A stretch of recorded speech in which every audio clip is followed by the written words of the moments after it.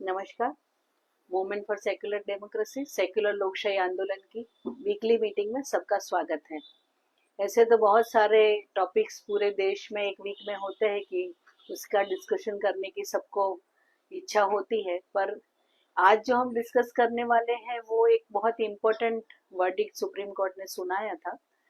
जो पहले वर्डिक्ट दिया था उससे ठीक उल्टा वर्डिक्ट मिला हमें, और वो थे गवर्नर्स के क्या पावर है, वो बिल जब असेंबली में पास होता है फिर उस पर कब सिग्नेचर करना नहीं करना, उसका कोई टाइम लिमिट होना चाहिए कि नहीं।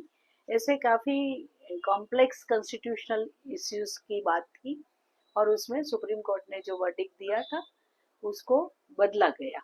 उसके बारे में आज हमारे स्पीकर बात करेंगे। उससे पहले हमारे मूवमेंट फॉर सेकुलर डेमोक्रेसी के पुराने साथी हिम्मत भाई शाह 30 नवंबर को हमें छोड़ के चले गए।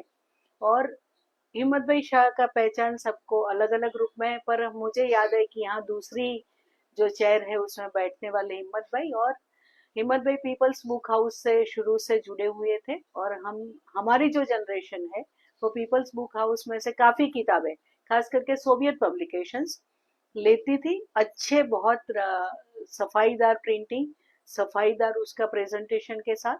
और हिम्मत भाई के साथ ऐसे सबका अहमदाबाद में सबका शायद जो लिखने पढ़ने वाले जो लोग हैं वो सबका हिम्मत भाई से रिलेशनशिप हुआ होगा। और वो हिम्मत भाई फिर एमएसडी में मूवमेंट फॉर सेकुलर डेमोक्रेसी की वीकली मीटिंग में हर गुरुवार को आते थे। वो थोड़े जल्दी भी आ जाएंगे। और हमारे कन्वीनर प्रकाश भाई बोलते थे कि हिम्मत मर्दा, गुजराती में जो कहावत है हिम्मत मर्दा तो मदद खुदा, तो उनके बारे में बोलते थे हिम्मत मुद्दा।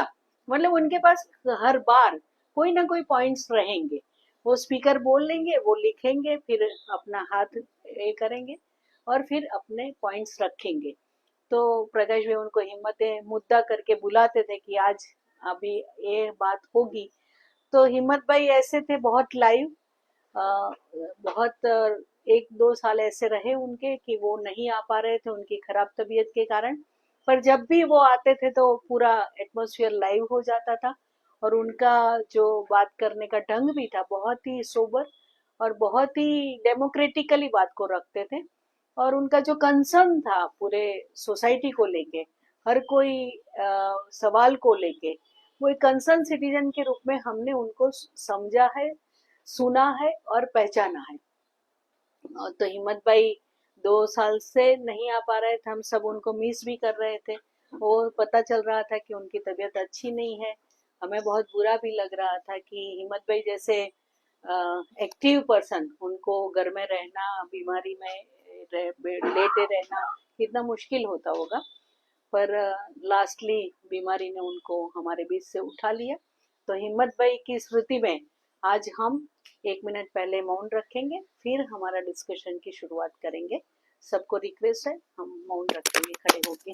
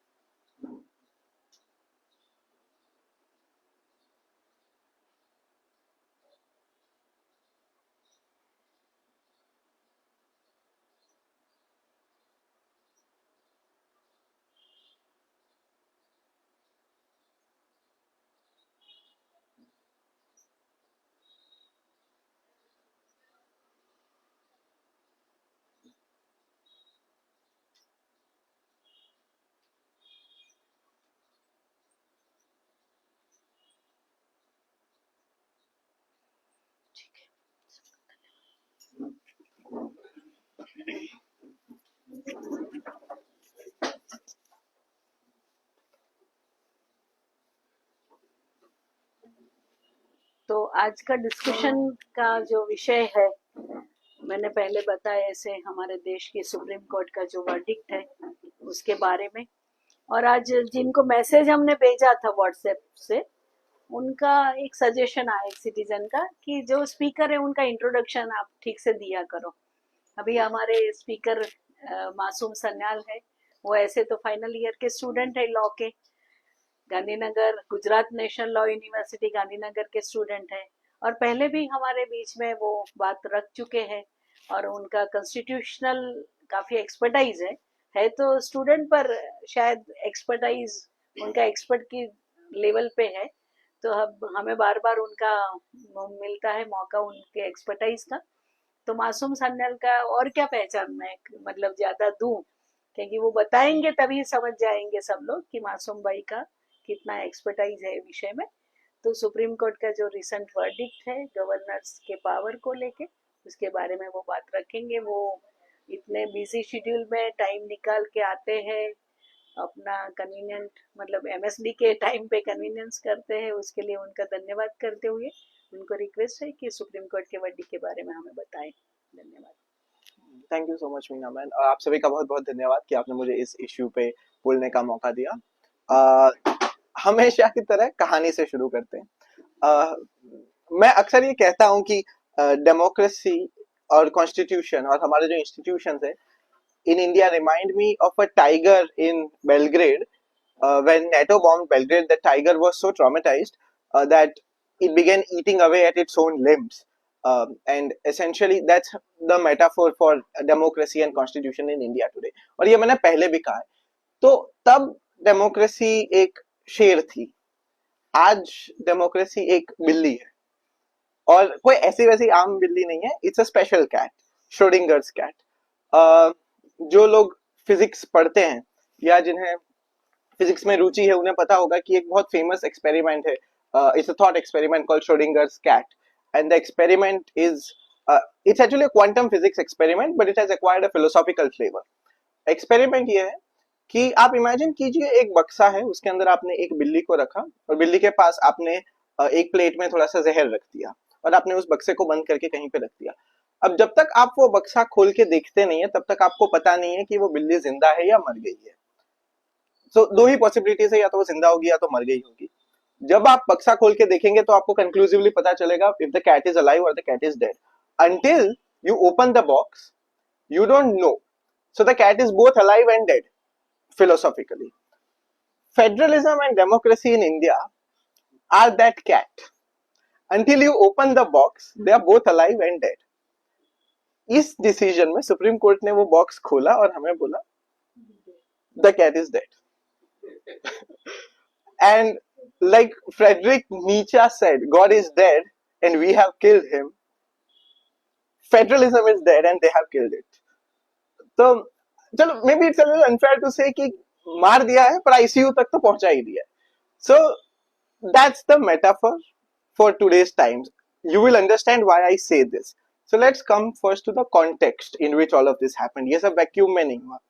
तो कॉन्टेक्स्ट ये है कि India has a federal structure. Federal structure of government is a two tier government. एक सेंट्रल लेवल पे सरकार होती है जिसे हम केंद्र सरकार कहते हैं, और एक रीजनल लेवल पे सरकारें होती है that we know as state governments या प्रोविंशियल गवर्नमेंट्स। तो ये दोनों गवर्नमेंट सिलेक्टेड होती है। अब एक फेडरल स्ट्रक्चर में जैसा कि यूएस में जो फेडरल स्ट्रक्चर है उसमें हमेशा फेडरल स्ट्रक्चर में पावर्स डिवाइडेड होती है। कुछ पावर्स सेंटर के पास होगी, कुछ स्टेट के पास होगी। यूएस का जो मॉडल है और दुनिया भर में जो फेडरलिज्म के models by and large follow होते हैं उसमें स्टेट्स के पास ज्यादा पावर होती है, सेंटर के पास लिमिटेड पावर होती है। कम चीजों के साथ सेंटर डील करता है, इंपॉर्टेंट चीजें जैसे national security, atomic energy, but less number of things. The state government deals with more number of issues और has wider powers in that sense. India में इनवर्स है। इंडिया में जो है सेंट्रल गवर्नमेंट के पास ज्यादा पावर है। सेंट्रल गवर्नमेंट के हाथ में स्टेट गवर्नमेंट से ज्यादा पावर्स दी गई। In some sense state governments are made subordinate to the central government because the central government has the power कि वो स्टेट गवर्नमेंट को सस्पेंड करके वहां प्रेसिडेंट्स रूल इंपोज कर दे और खुद गवर्न करे। तो इस सेंस में इंडिया का जो फेडरल स्ट्रक्चर है जब से कॉन्स्टिट्यूशन बना है बाय डिजाइन वॉबली है और ये मिसयूज भी हुआ है। पर मोटा मोटा हम समझते हैं कि एक फेडरल स्ट्रक्चर इंडिया में है जैसा भी है। Some scholars have called it a quasi-federal structure, not a completely federal structure, but nevertheless a federal structure. अब एक पोजीशन है इस फेडरल स्ट्रक्चर में गवर्नर की, which is for our understanding similar to that at the state level as the president is at the national level. तो जो governor है वो हेड ऑफ द स्टेट होते हैं and they act on the advice of the chief minister and the council of ministers, like the president does at the central level. The key difference between the president and the governor is this: the president is an elected head. तो वो निर्वाचित होते हैं, indirectly elect होते हैं, लेकिन nevertheless elected. The governor, on the other hand, is a nominated or an appointed head and appointed by the president at the aid and advice of the central government. So effectively, and also president has a 5 years tenure. Governor does not have a fixed 5 years tenure. Governors serve at the pleasure of the president, which is to say at the pleasure of the central government. So this effectively is an agent of the central government that heads the state governments under our structure. तो अब governor को appoint करेंगे president at the aid and advice of the central government. So I am just gonna say central government. तो governor is appointed by the central government. केंद्र सरकार ने उन्हें नियुक्त किया है. केंद्र सरकार के प्लेजर पे वो अपने ऑफिस में रहेंगे जब तक केंद्र सरकार को अच्छा लगेगा तब तक. तो सीधी सी बात है, any decisions that the governor will take will be keeping in mind their own job security and which depends on the central government being happy with them. There's a clear conflict here. He cannot be an independent functionary under the system. The design itself does not allow him to be an independent functionary. So, मान लीजिए, I mean, simple example, if you have appointed me to do something, my tenure, my job, my privileges, all of it depends on your pleasure. I will do things and act in ways that keep you happy. It's as simple as that. So it is not a problem if the central government and the state government see eye to eye, if it's a double engine sarkar. Where it's not a double engine sarkar, where there are massive ideological differences, jo ki is the actual case. It has happened in Kerala, Tamil Nadu, Punjab and West Bengal, where we see opposition governments. वहां पे ये issues arise होते हैं, a conflict between the governor and the elected state government. The conflict is this, कि जो state government है, तो हमारा कॉन्स्टिट्यूशन बोलता है कि governor for any bill to become into law that is passed by state legislature, governor के उस पर हस्ताक्षर होने चाहिए. गवर्नर के हस्ताक्षर करते ही वो एक लॉ बन जाता है. सो अब जब state governments in these 4 states, Punjab, Bengal, Tamil Nadu and Kerala, जब उन्होंने कुछ बिल्स पास किए तो उनके गवर्नर्स ने एक ऑप्शन एक्सरसाइज किया जिसे हम कोलोक्वियली कहते हैं पॉकेट वीटो. क्योंकि गवर्नर के पास अंडर आर्टिकल 200 3 ऑप्शंस हैं. पहला है कि वो जब उनके पास एक बिल आए उस पे साइन करके उसे लॉ बना दे. This is the first and the easiest option, no problem. Option number 2 is that they do not sign, they withhold their assent, और वो उस पे साइन ना करे. This is limited by a paragraph, I will come to that. Option number 3 is to refer it to the president. तो option 1 में तो कोई प्रॉब्लम नहीं, आपने साइन कर दिया, खत्म कहानी. ऑप्शन 2, जब आप साइन नहीं करते तो आर्टिकल 200 का सेकंड पैराग्राफ बोलता है कि अगर आपने साइन नहीं किया तो आपको इसे वापस भेजना होगा to the Vidhan Sabha with your comments कि भैया मुझे लगता है ये तकलीफ है या ये इश्यूज है, इनको आप इस तरह से अमेंडमेंट कर दीजिए बिल में, फिर मेरे पास भेजिए, मैं साइन करूंगा. तो you send it back with your comments और suggestions. They consider it, it's not binding on them. वो चाहे तो करे, चाहे तो ना करे. फिर they return it to the governor. तो जब सेकेंड राउंड में ये गवर्नर के पास आता है तब the constitution imposes an obligation on him to sign. He has no other option, he has to sign it.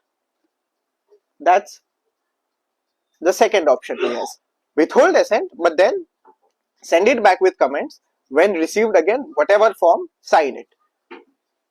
Unless पूरा bill change कर दिया है, then again he exercises that option. But if his comments have not been incorporated, no difficulties, he has to sign.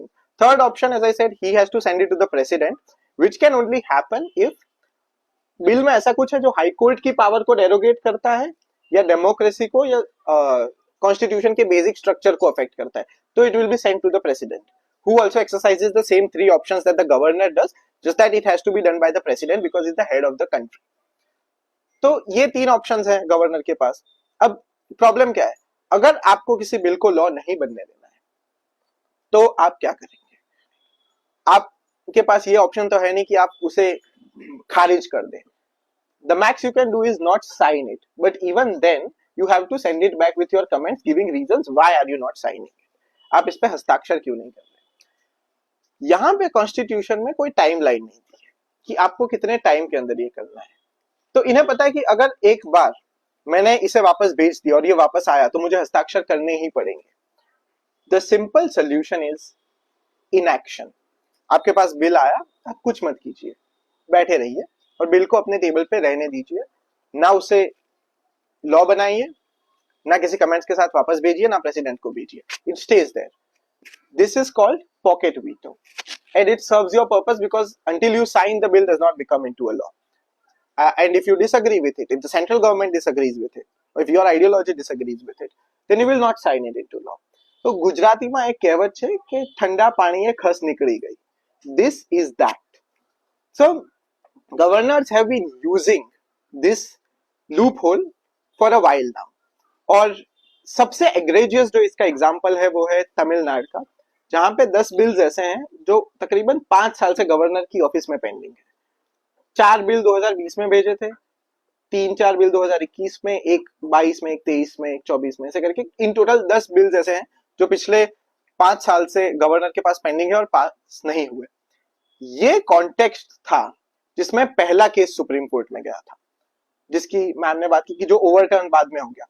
तो पहला case जो supreme court में गया था वो स्टेट ऑफ तमिलनाडु ने गवर्नर ऑफ तमिलनाडु पे केस किया था और सुप्रीम कोर्ट को बोला था कि इन्होंने ये बिल्स को जो स्टॉल करके रखा है और ये इसे पास नहीं कर रहे हैं is unconstitutional, undemocratic. You order him to act on these bills, either sign or send it back or send to the president, but do something, right? Just don't sit on those bills. This is the context in which all of this is happening. Now, what did the Supreme Court do in the first case? But before that, just some critical thoughts on the office of the governor itself. तो ये structure ये है कि governor की sign के बिना कोई भी लॉ नहीं बन सकता है. That is passed by a Vidhan Sabha. Now this governor is an unelected person. Usually he is in a sense a representative of the central government to the state. वो एक ब्रिज की तरह काम करता है between the central government and the state government. They make those conversations easier because he is appointed by the central government. तो और आप आज की डेट में गवर्नर्स की लिस्ट निकाल के देख ले तो वो वही लोग हैं जो या तो रूलिंग पार्टी के मेंबर्स रहे या रूलिंग पार्टी के सिंपैथाइजर्स हैं. तो इस कॉन्टेक्स्ट में टू हैव अ स्ट्रक्चर जहां पे एक इलेक्टेड असेंबली एक बिल पास करती है, आमतौर पे लोगों की भलाई के लिए उन्होंने अगर कोई लॉ बनाया है, it can be stopped by one individual who is not an elected person in any way, and to give him so much power is itself raises significant questions about how democratic we are as a country and how democratic our structure is. क्योंकि कौन सी democracy में एक इंसान के पास ये power होती है कि आप एक लॉ को बनने से या इन्फोर्स होने से रोक दें, और that to a person who is not elected. So this is not democracy. This is why I said Schrodinger's cat, right? Democracy until you open the box. And so in this context, when this case went to the Supreme Court in state of Tamil Nadu versus governor of Tamil Nadu, a 2 judges bench of Justice Pardiwala and Justice Mahadevan said a few things. They said, number one, that the governor only has 3 options under Article 200 जो मैंने आपको बताया, या तो sign करे, या तो sign ना करे, या तो प्रेसिडेंट को भेजे. अगर साइन नहीं करते तो कोर्स ऑफ एक्शन जो उसमें दिया है वो फॉलो करे, send the bill back, and then when it is sent back to you, now you have to sign it. अगर आप प्रेसिडेंट को भेजते हैं तो ठीक है, प्रेसिडेंट को भेजिए, फिर प्रेसिडेंट आपको भेजेंगे अपने कमेंट्स के साथ, आप उसको वापस भेजिए, and same procedure is followed. What you can not do is, so these options are mutually exclusive. आप एक टाइम पे एक एक्सरसाइज कर सकते हैं, क्योंकि तमिलनाडु के गवर्नर ने क्या किया था, पहले बिल भेजा कमेंट्स के साथ, बिल वापस आया, अब he is in a fix because now the law requires him to sign it into a law, constitution requires it to sign him into a law. तो अब उन्होंने क्या किया, उन्होंने बोला कि नहीं, this bill has some problems, it has to be referred to the president. तो आपने फर्स्ट इंस्टेंस पे प्रेसिडेंट को क्यों रेफर नहीं किया था? So court said at one time exercise one option. You can't be like कि मैं अभी साइन नहीं कर रहा हूं, आप वापस लीजिए, when it's received, अब मैं प्रेसिडेंट को भेजूंगा. These are delaying techniques. तो अगर आपको पहली बार बिल आपके सामने था, ठीक से पढ़ते देखते, अगर बेसिक स्ट्रक्चर या हाई कोर्ट के पावर या किसी के साथ छेड़खानी हो रही, आपको लगता है द प्रेसिडेंट नीड्स टू सी, तो भेजिए. आपने वापस क्यों भेजा? So this said that these options are mutually exclusive. 3 में से एक आप एक्सरसाइज कर सकते हैं. Second, most important, they laid down timelines. They said, no, nothing doing. You cannot exercise pocket veto or absolute veto. That's not a power that's given to you. So the timelines have to be followed, and they impose these timelines. कि अगर आपको किसी bill को हस्ताक्षर करना है, 1 महीने के अंदर कीजिए. अगर स्टेट गवर्नमेंट की एड एंड एडवाइस पे आप इसे, तो यहाँ एक क्वेश्चन ये भी था, इंसिडेंटल क्वेश्चन ये था कि कॉन्स्टिट्यूशन में ऐसा लिखा है कि प्रेसिडेंट सेंट्रल गवर्नमेंट की एड एंड एडवाइस पे काम करते हैं, गवर्नर स्टेट गवर्नमेंट की एड एंड एडवाइस पे काम करते हैं. तो क्वेश्चन ये था कि गवर्नर जो ये ऑप्शंस एक्सरसाइज करते हैं वो क्या इंडिपेंडेंटली चूज करेंगे क्या करना है, या जो गवर्नमेंट बोलेगी वो करेंगे. So in the first judgment, the court said you have to follow what the governor tells you, what the government tells you. The elected government tells you sign it, then sign it.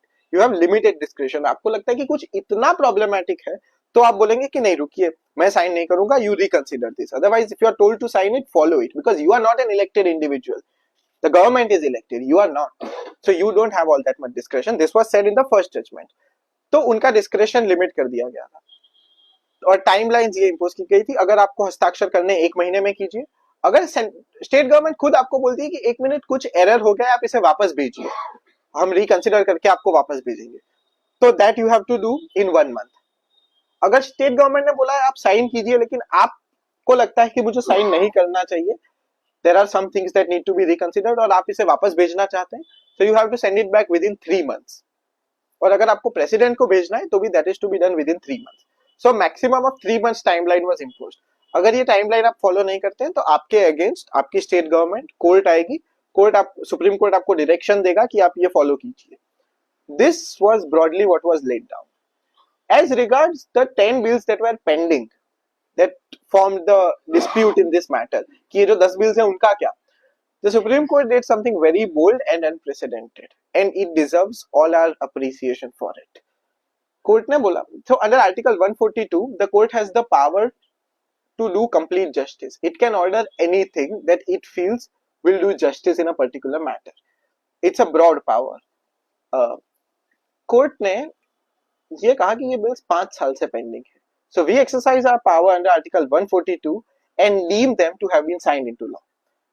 That we henceforth deem these bills that they have become law. आपके signature की जरूरत नहीं है, 5 साल से pending है.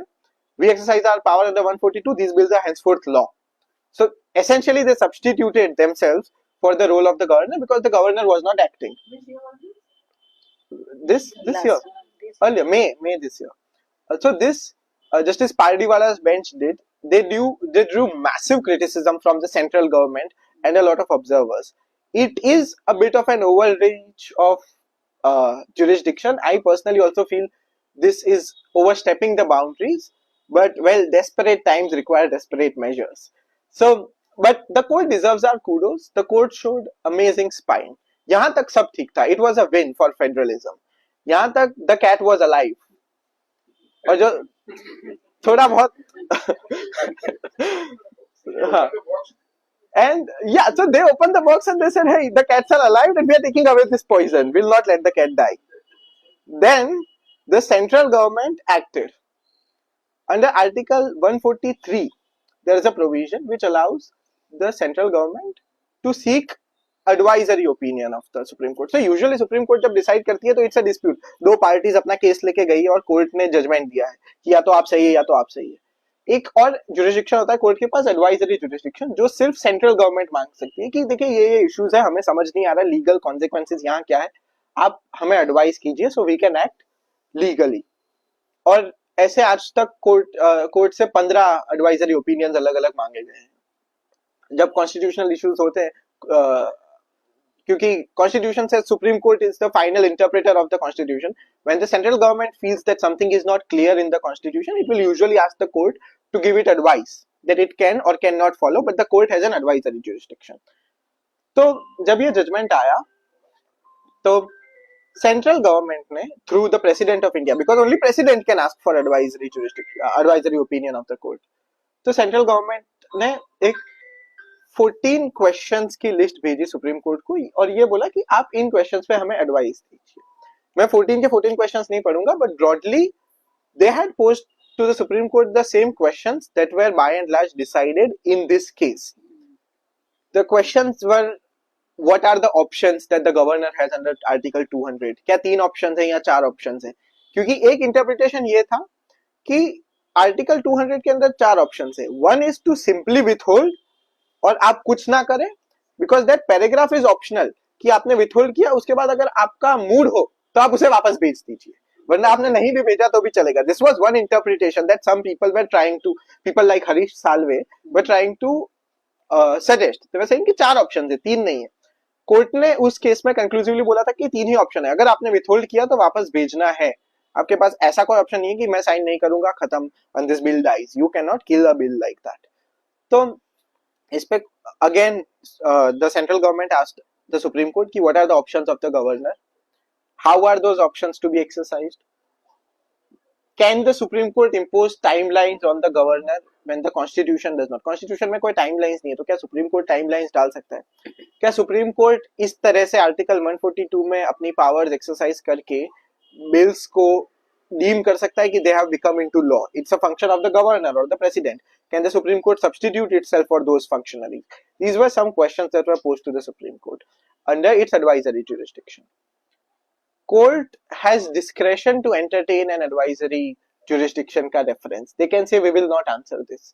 They have said so in past. जो अयोध्या वाला मैटर था 1992 में, the then central government ने Supreme Court के पास advisory ओपिनियन मांगा था कि अयोध्या का जो टाइटल डिस्प्यूट है उस पर आप एडवाइजरी ओपिनियन दीजिए. उस वक्त सुप्रीम कोर्ट ने कहा था कि no we will not do this because this is simply irrelevant, there is a suit, आप उससे डिसाइड होने दीजिए, हम क्यों एडवांस में अपना एडवाइजरी ओपिनियन एक्सरसाइज करें. So they have the power to say no.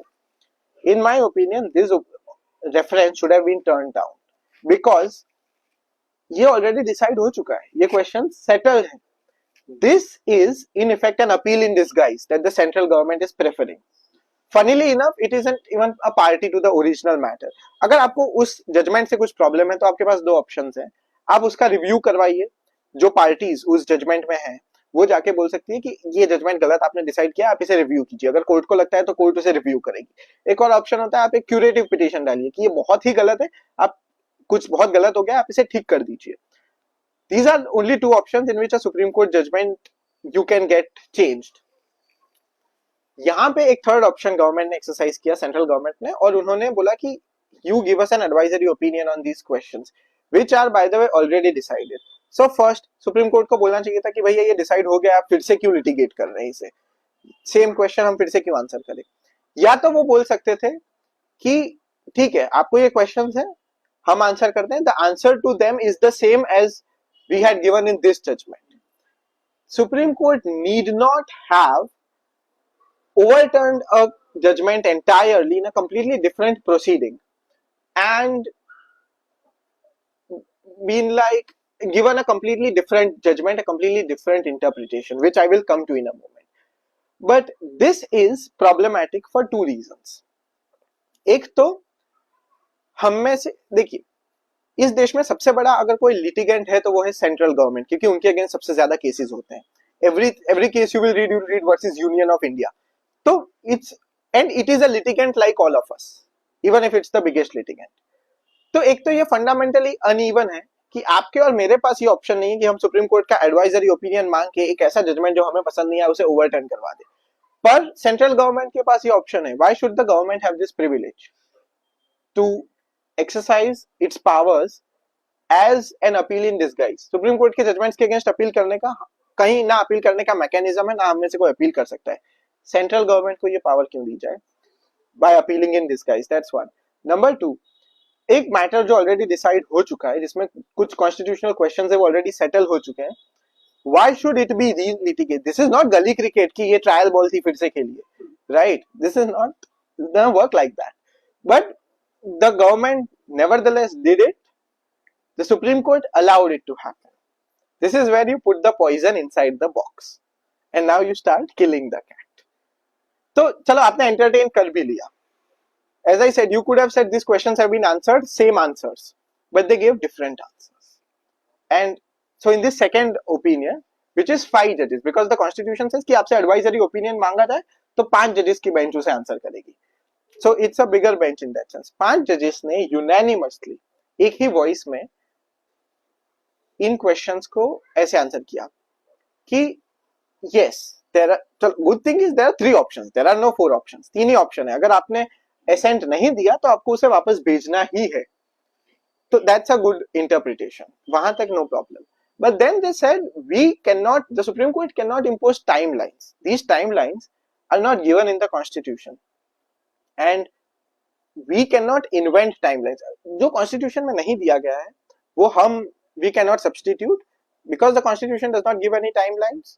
We cannot impose timelines on our own. This the court said. तो जो timelines first judgment में दी गई थी कि 3 महीने में आपको act करना है, all of that goes out. Again, no timelines. So there's no specific timeline की 3 महीने में आपने बिल को साइन नहीं किया तो you can go again to the court against the governor, nothing of that sort, so that is taken away.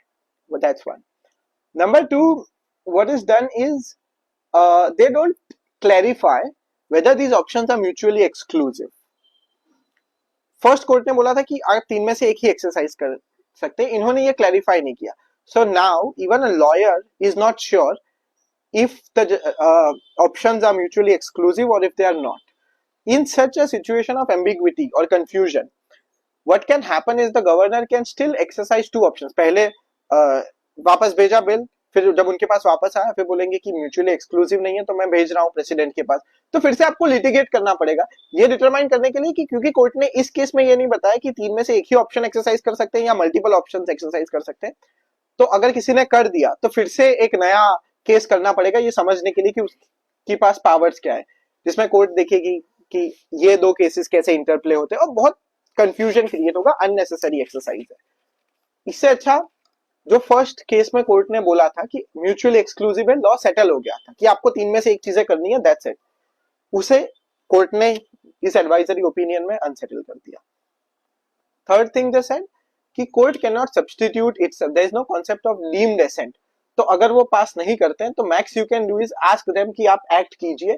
You can not exercise your powers under article 142 and deem a law to have been signed into law. अगर उन्होंने नहीं किया है तो आप उन्हें direction दीजिए, उन्हें कुछ कह दीजिए, लेकिन आप अपनी पावर्स एक्सरसाइज करके उस बिल को लॉ नहीं बना सकते, जैसा कि सुप्रीम कोर्ट ने फर्स्ट केस में किया था.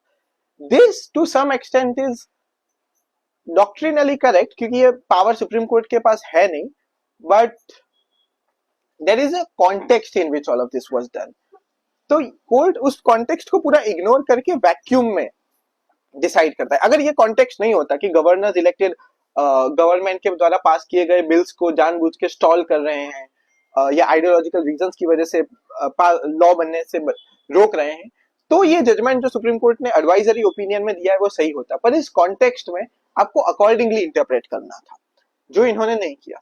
और जो पुराना जजमेंट है उससे पोजीशन चेंज करके एक नई पोजीशन ले डाउन कर दी, जिसमें यह बोला गया कि गवर्नर के पास टाइम लाइंस नहीं है, लेकिन अगर इनऑर्डिनेट डिले होता है, कुछ ज्यादा ही देरी हो जाती है, तो you come to the supreme court, we will direct him, not even deem assent, we will direct him कि आप एक्ट कीजिए, आप हमारे पास आइए, हम उनको बोलेंगे कि you act.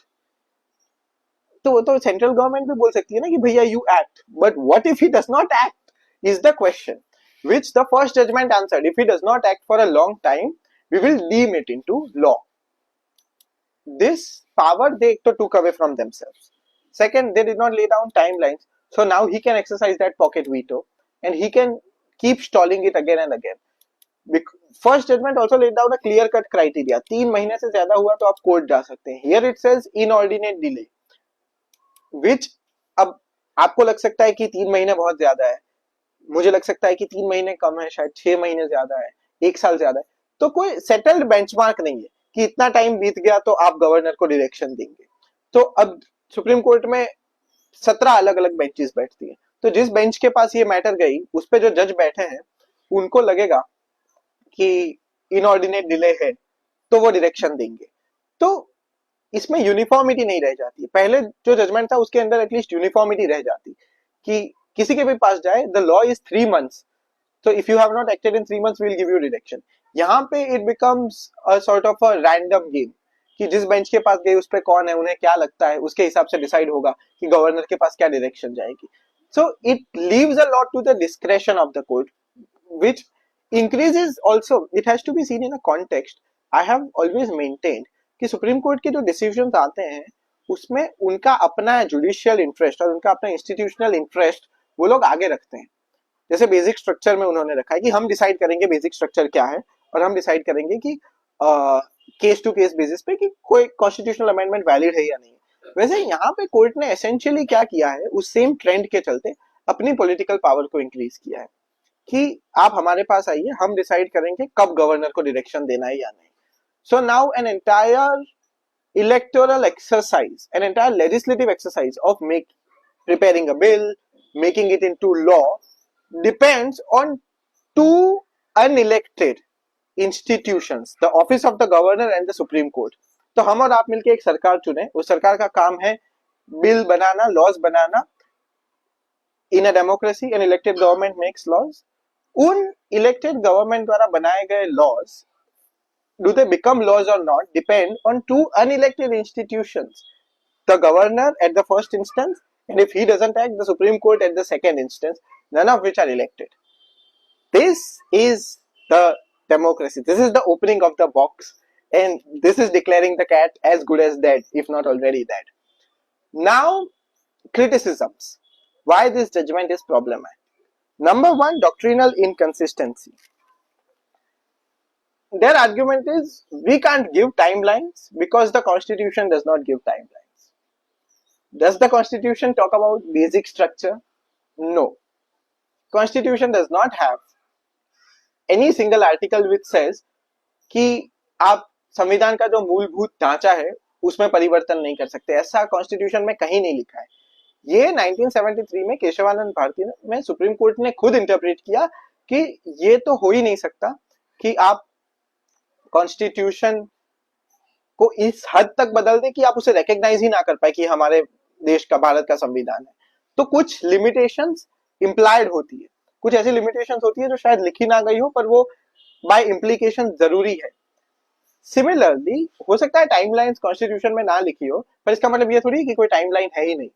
So just how you could invent basic structure, you could have invented timelines.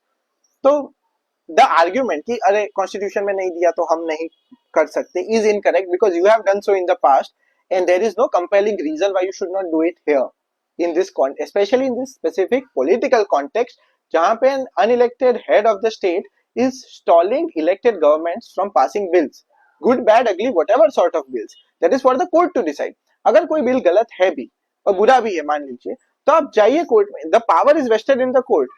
Unconstitutional bill है तो सुप्रीम कोर्ट या हाई कोर्ट डिसाइड करेगा कि ये गलत है, गैर संवैधानिक है और उसे स्ट्राइक डाउन करेगा। गवर्नर को ये ना ड्यूटी दी गई है ना पावर दी गई है। तो टू जस्टिफाई कि अरे कुछ गलत होगा तो governor act as a he will not sign it because bill में कुछ गलत है, it's not his job, it's a court's job. So that's one. Number two, as I said, it has to be seen in a trend where the court increases its own political power by giving itself more discretion कि आप हमारे पास आइए, हम decide करेंगे। क्यों आए आपके पास? Law बनाने का काम लेजिस्लेचर का है, लॉ साइन करने का काम गवर्नर का है। Why should anyone go to the Supreme Court and say कि you direct the governor to sign this into law? You lay down clear-cut guidelines. That's two. Third criticism is that there are two reports. One is the Sarkaria Commission report on center-state relations and second is the Punchi Commission report on center-state relations. Both of these reports, one came I think in 1970s, another in 2000s. Both of these reports have given a recommendation कि there should be clear-cut, दोनों reports में recommendation है कि there should be a guideline about how the governor should act with regard to a bill and there should be a timeline within which he acts. ये दो commission की reports already कह चुकी है। जो सुप्रीम कोर्ट का जो पहला जजमेंट था 2 जजेस की बेंच का, state of Tamil Nadu versus governor of Tamil Nadu, उसमें कोर्ट ने इन रिपोर्ट्स को मद्देनजर रखते हुए ये गाइडलाइंस और टाइमलाइन सेट की थी। ऐसा नहीं था कि they invented this timelines out of thin air. There are 2 reports which have recommended this, the court just used those reports. इस जजमेंट में 111 पेज का जजमेंट है, उसमें रिपोर्ट्स का मेंशन तक नहीं है। The court simply has not considered these reports and their suggestions. The court has not considered its own judgment a few days ago, which came, like, ignored all of that and said we cannot impose timelines on an argument that I've just shown you is simply a convenient argument because you don't want to impose timelines. If you wanted to, you could have by using the same logic as basic structure. So that is the fundamental criticism. Another criticism clearly is this, that you know state central government को आपने single sort of review दे दिया. अब ये आप एक बार हो चुका है, तो अब ये आगे भी हो सकता है कि अगर कोई डिसीजन आए तो सेंट्रल गवर्नमेंट को ना पसंद आए तो वो फिर से एक प्रेसिडेंशियल रेफरेंस के थ्रू उस डिसीजन को चेंज करवा दे, which is not a privilege any other litigant enjoys, but the central government for some reason enjoys. So you have placed already central government at a special privileged position, which is not permitted under the constitution. So now the position is this, कि अगर आपकी विधानसभा या आपकी legislative assembly कोई bill बनाती है और वो गवर्नर के पास जाता है, तो गवर्नर के पास ज्यादा डिस्क्रेशन है. यहाँ एक और चीज बोली जो मैंने पहले बोला था कि फर्स्ट जो केस था उसमें बोला था कि आप अपना डिस्क्रेशन इंडिपेंडेंटली नहीं एक्सरसाइज करेंगे, जो गवर्नमेंट आपको कहती है वैसा आप करेंगे. एक्सेप्शनल केस में आप अपना डिस्क्रेशन एक्सरसाइज कर सकते हैं और गवर्नमेंट ने जो आपको बोला है उसे फॉलो ना करके कुछ और कर सकते हैं, बट जनरल रूल इज कि गवर्नमेंट बोलेगी वैसा आप करेंगे. यहाँ इन्होंने बोला है कि नहीं, उनका इंडिपेंडेंट डिस्क्रेशन है. गवर्नमेंट क्या, क्योंकि गवर्नमेंट तो यही बोलेगी कि आप साइन कीजिए, तो you can not bind him by that. So he these three option में से कौन सा एक्सरसाइज करना वो गवर्नर खुद एज एन इंडिविजुअल डिसाइड करेगा. This, as I said, allows an unelected individual to prevent a law from being made into a law. And all of us cannot do anything other than have our government go to the Supreme Court and they have the Supreme Court direct the governor to act, which if he wishes he will act, and then sign that into a law. So this whole process, as I said, of lawmaking becomes subject to the actions and convenience and choices of two unelected institutions or offices, a governor and a judge of the Supreme Court, which is simply unheard of in a democracy. Which is why when I started, I said, they have put the cat in the box, they have put the poison there, they have poisoned the cat, opened the box and then told us the cat is dead. And as Nietzsche said, yes, the cat is dead, but you have killed the cat. Not we, the cat did not die on its own, you have killed the cat. So the federalism we have today, the democracy we have today, are both Schrodinger's democracy and Schrodinger's federalism. You don't know if it's alive or if it's dead. My guess is, well, it's dead, or it's at least as good as dead. That, I think, was my take on this judgment. Thank you very much for listening. Very patient. So the advisory is above the judgment? So, Can that not be compared? on that, no, I'll tell you, that is a